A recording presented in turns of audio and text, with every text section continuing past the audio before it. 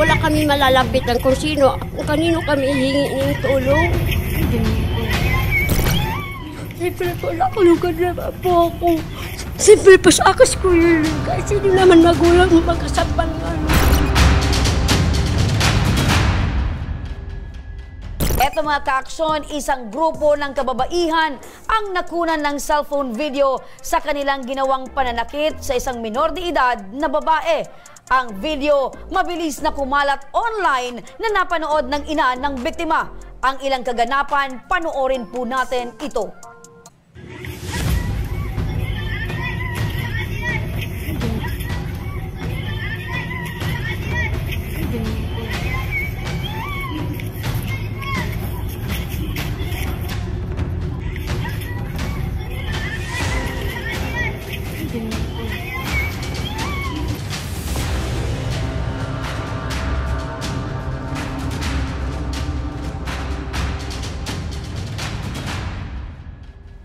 Yan mga ka-aksyon, kitang-kita sa kuha ng cellphone video ang kaganapan ng pananakit ng mga kababaihan sa isang biktima na kung saan talagang walang kalaban-laban ito.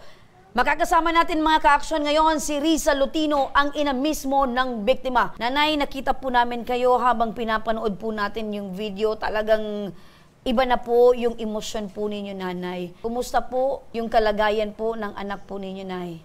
Siyempre po, nakulugan na po ako. Siyempre po sa akas ko yun. Kasi hindi naman magulang magkasapan ng ano.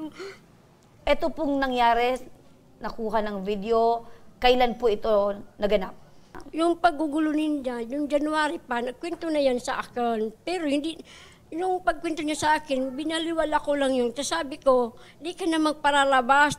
Abo ko baga permi kami na may nanggugulo. Kaya nag-iiwas na lang po kami sa gulo. Umuwi po yung anak po ninyo sa inyong bahay. Wala po kayong napansin na merong pasa, meron pong bugbog sa katawan? Meron pa ako napansin sa kanya. Yung pag-asabunod sa inyo, tapos para sa may kunting ano lang sa dito, lugit na parang pasa din na konti. Hindi ka nang mama para dito, okay lang ako. Abo ko mama madamay, abo ko man ngayon na maglakop ang isyo nga ni. Di man kami madam mahilig makiaway. Pag naulian sa bahay naman. So, ibig sabihin po, nay, nung gabi pong yun, o nung araw po na yun, nabanggit niya po na meron pong nanakit po sa kanya. Igwa po. So, ano po yung ginawa po ninyo? Ano lang, wala lang. Parang nanahimik na lang ako. Natakot din nga ni ako. Hanggang ngayon po, hindi nyo pa rin alam kung bakit ginawa po ng mga kababaihan na ito sa anak po ninyo yung pananakit? Opo. Nung mga oras na yun, ma'am, na nalaman mo na binugbog pala itong anak mo, nagkaroon ka ba ng pagkakataon na makausap itong mga magulang ng bumugbog dito sa anak? Opo, gusto ko talaga sila makausap. Kaya lang, wala kami malalapitan kung kanino kami hihingi ng tulong. Wala talaga ako alam, madam. Nananahimik lang talaga kami. Mga ka-aksyon, kasama rin natin ngayon ang mismong nag-upload ng video na si Hana Jacob. Magkakilala po kayo. So, ibig sabihin, magkalugar, magkabarangay kayo? Magkalugar po. Hanang tanong ko ngayon, dahil nababanggit ni nanay, na January pa nangyari itong pananakit sa anak niya. At ikaw yung mismo yung nag-upload. Kailan mo ito in-upload? Nung time po, nung in-upload ko po yun, nung in-upload din po yun ng bully po, doon ko po nakita. Nagsabi po kasi yung kapatid ko, sabi ng kapatid ko, may nga, tignan mo to. Grabe yung ginawa kay Christine. Yung sabi ko, ala, di ba anak kinito pe? Sabi ko, oo. Sabi ng kapatid ko, oo. Tapos yun, sabi ko, nagalit na po ako doon. Kasi yung caption pa doon sa video na yun na tig-upload ng bully mismo is parang proud pa po na nambubog sila ng, ng bata. So, ibig sabihin, proud pa sila sa kanilang ginawa. Sa tingin mo, mga ilang edad itong mga kababaihan nito? Binanggit niya po sa akin, yung pinakamatanda po is 17. Yung mga kasama po na 5 is 15 po. Okay. So lahat mga minor de edad. Opo. January nangyari yung pangbubugbog. Kailan mo ito ni-repost? Nung time na, pinost din po nung bullies. Anong buwan or araw ipinost nitong mismong ng bully? Kahapon po. So ibig sabihin, tinago nila ng almost 3 months or 4 months pinost nila kahapon lang, saka mo nakita at Opo. saka mo ni-re-upload. Na sobrang galit po kasi ako nung nakita ko yun. Initial Talaga, as in, reaction mo na talagang opo, magalit as in, dahil sa magalit, paggagawa, oo. sa ginawa Nung nila. una po, nung nag-post po yung bullies, nag-warning na po ako. Sabi ko, hala, baka makasukan kayo niyan. Sabi ko, baka mareklamo kayo niyan. Tapos, ang ginawa po ng mga bullies, pinagtawanan pa po nila ako. Tapos, tig-block po nila ako. Sobrang mga ugali, ano? Talaga. Parang Yes, they are partner. really proud Tapos, sa mga ginawa nila at kahit alam nilang mali, Opo. Tinuloy pa rin. Tinuloy pa rin. Tinuloy pa. Pinagtawanan ka pa. Proud sila into scandal, pananakit, so on. Ganon yon. Sa pagkakakilala mo, or sa pagkakaalam mo, dahil in-scroll mo yung account nila, personal mo na bang kakilala sila? Pero alam mo kung taga saan itong mga bata Opo, ito? alam ko. Taga saan? Yung iba po, nabanggit niya po, is mga taga San Roque, taga San Roque ng Daraga po. Daraga. Tsaka Sipi, Kimantong, tapos yung isa, taga Legazpi po. Opo. Okay. So, mostly taga-Daraga at may Opo. isang taga-Legazpi. Opo. Okay. So, ang tanong ko din, kasi partner, gusto ko malaman, sa una, akala ko siya mismo yung nakakuha Nag-upload. ng video. Oo. So, wala pala ikaw doon sa sitwasyon or sa lugar. Ang sabi na damay lang partner dahil doon sa galit sa kapatid. Tanungin ko lang muna si Ana, ano yung pinaka-reason mo kung bakit mo re-upload itong video? For awareness din po kasi talaga, yun talaga yung pinaka-main purpose ko po doon. Lalo na may mga kapatid din po ako na kaedad po niyan. Makinig po kayo, nanay, at nasa kabilang linya na ng ating telepono, si Ana Istoye, ang lola ng isa sa mga babaeng nanakit umano sa anak ninyo po, nanay. Magandang hapon po sa inyo, Nanay Annabel. Nanay, alam niyo po ba itong nangyari po na pananakit po, na involved po yung anak po ninyo? Dahil po, madam, nakit po ako, madam, kang pag-uli ko.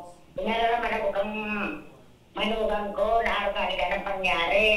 Sabi niya, may screenshot po daw siya ang pangyari. May screenshot. Bubuli daw po sila ng biktima. Merong pambubuli yung biktima sa apo po ninyo, kaya nagsimula po yung pananakit. Doon po, madam, sa grupo na kasama sa pananakit din sa biktima. Kasali siya dyan sa pananakit dyan sa babae, dyan sa biktima. Yun na nga po, yun na nga po. Mabait naman po yan ang apo ko. Kaso, siyempre, madam, pag nasa labas yan, hindi ko naman po nababantayan. Hindi ko na nakikita kung anong ginagawa niya. Po yung isa sa nangbuli sa anak mo, pasensya na po. Ako na pa humihingi ng tawad para sa kanya. Para tayong magulang po. Lagi ko naman po siya pinapag-aralan. Pasensya na po. Sana yung anak niyo, disiplinahin niyo naman na maayos. Na sana, hindi na sana maulit yung sa ibang tao. Mga ka-action, para sa usaping ito, makakausap din natin sa kabilang linya ng telepono si Dr. Camille Garcia. Siya ay isang psychologist at administrator ng The Clinic of the Holy Spirit. Magandang hapon po sa inyo, Doktora. Doktora, masaya po kami dahil isa po kayo sa napakagaling na psychiatrist na makakausap po namin dahil eto pong ating pinag-uusapan ay problema po ng mga juvenile na kung saan ay nai-involve po sa ganito pong uri ng pananakit. Ngayon po, Doktora, gusto po namin malaman sa mga ganitong sitwasyon, ano po yung mga problema sa mga kabataan kung bakit po sila ay nalilihis ng landas at napapasok po sila sa ganito pong uri ng pananakit sa kapwa po nila menor de edad? Okay, dapat din siguro bilang isang psychologist, pagdating kasi sa sinasabi natin mga juvenile age, sabihin na natin may mga pagkakataon na yung mismong brain development hindi pa talaga fully developed. Kaya from hormonal imbalance to yung mga sabihin na natin confusion sa brain, kumisan pag talagang may mga pagkakataon na yung rage masyadong matindi to the point na madaling magagalitin, irritable, hindi sumusunod. Kasi parang nandun yung feeling nila, tinetest nila kung paano sila magkakaroon ng sense of independence. However, alam mo, kung tutuusin, kung matindi yung pangaral ng mga magulang, hindi naman din talaga ito aabot. Opo. Pero, paano kung nagiging sila ay biktima rin ng child abuse sa kanilang bahay? Ang bully, hindi naman yung pwede sabihin mo, basta nagkat na yan. Ang talagang probability niyan yung experiences mo na nangyari nung bata ka or maaaring ikaw ay talagang naging biktima rin ng bully. Kaya eto, at nung nagkaroon ka ng pagkakataon, ikaw na maging mabubuli. Una-una siguro talagang malaking factor dito yung tamang responsibleng parenting. Sana pagdating sa pagdisiplina, consistent tayo. Hindi yung paghalimbawa sinabi gano'n na, sige na, ganito, next time okay na ako. Samantalang, halimbawa, pinarusahan niya or grounded siya na hindi siya pa pwedeng lumabas. Pero dahil nakiusap or dahil sa ganito, parang pinagbibigyan nyo. So yung dapat talaga maging consistent tayo pagdating sa pagdidisiplina. Sometimes, it is also very important to listen and validate kung ano yung nararamdaman ng anak natin. Kasi kamisan sabihin natin, ano ba yan anak, nag-aarte-arte ka lang. Hindi natin alam na talagang yung palang meron na nangyayari. Bilang isang magulang, you have to create safe space para sa ganun na-encourage na yung mga parents na to listen kung ano pa yung sinasabi ng mga bata. Sakasakali kayo naging biktima ng isang bullying, regardless kung sa loob na eskwelahan o mga kapitbahay. Walang masama na sasabihin ito sa nakakatanda. Hindi ito pwedeng sabihin nyo na isasantabi. At kung sa pakiramdam nyo na talagang parang aping-api na kayo, alam nyo, malaking factor talaga yung makakatulong na may masasabihan kayo. Kasi pagdating sa ganyan, mahirap kasi baka yung paghihiganting gagawin nyo, kayo naman ang maging bully. Siguro pagdating sa ganyan, magandang pagkakataon, malaking tulong din ang barangay officials dahil kasi tumutulong sila para sa ganoon, malaman ko ano yung mga possibility, lalo na kasi kung magkakapit-bahay yan. So, ibig sabihin, hindi lang eskwelahan na involved dito, pero kasi yung mga classmates nila, na magkaklase na yan, sa barangay din. So, pwede magkaroon ng pagkakataon na binidebrief sila, binibigyan sila ng tamang counseling. So, Dr. Camille Garcia, maraming salamat po sa inyong panahon at oras. Mabuhay po kayo. At eto naman, partner, para sa maaaring tulong mula sa tanggapan ng Department of Social Welfare and Development Region 5, makakausap natin si Miss Emily Mendoza, ang Social Welfare Officer 2 ng DSWD. Sa mga ganito pong klase ng pangyayari sa pagitan po ng mga menor de edad na mga kabataan, maaari na po bang mag-intervene ang DSWD o MSWDO dito? Sa mga ganyang cases po, nasabi nyo nga kanina, is bullying. Anybody naman po can intervene. Ang bullying kasi mostly nangyayari yan sa loob ng school. Ano po, Republic Act natin. Ano po yung pwedeng gawin po ng MSWD dito po sa pangyayaring ito na involve po yung mga minor de edad? Unang-una, ma'am, yung sabi nyo nga ay in-upload. So, alam ng bata, ng mga minor de edad na mali yung ginawa nila, but still ginawa pa din nila. So, isa sa mga pwedeng gawin po doon ay patawagan, kausapin itong mga minor de edad kasi baka alam lang yung mga rights nila. But the consequences of their actions ay hindi po nila alam or may limitation lang. Dapat po yun ang ipaalam sa kanila. Opo. Kasi may mga rights po ang bata, but still they have also their responsibilities. And if they violate also the rights of other person, like the other minors, may mga consequences po tayo dyan. Kasi may batas din po bagang humahawak yan. Ano po? Opo. On our part naman po sa DSWD, we do not naman po limit na palagi naman po kami po provide ng technical assistance or intervention sa ating mga local social welfare and development officers. So DSWD naman po palagi po na-invite to provide orientations about the batas. Ano po, mga laws about sa bullying, and of course, gumagawa din po kami ng mga monitoring if in case na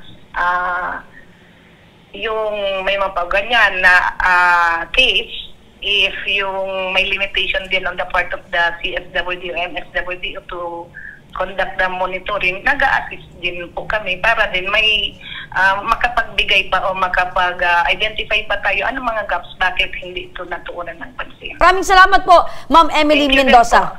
Alam mo, partner, malaking tulong ang social media sa pagdating sa pagpapaalam kung ano yung awareness niya para malaman ng ating mga kababayan yung hindi nila nalalaman. Ito naman yung mga kabataan, be careful sa mga ginagawa ninyo at sa pag-upload ng video dahil ang lahat ng ito ay may kaakibat na responsibilidad. Tama, partner.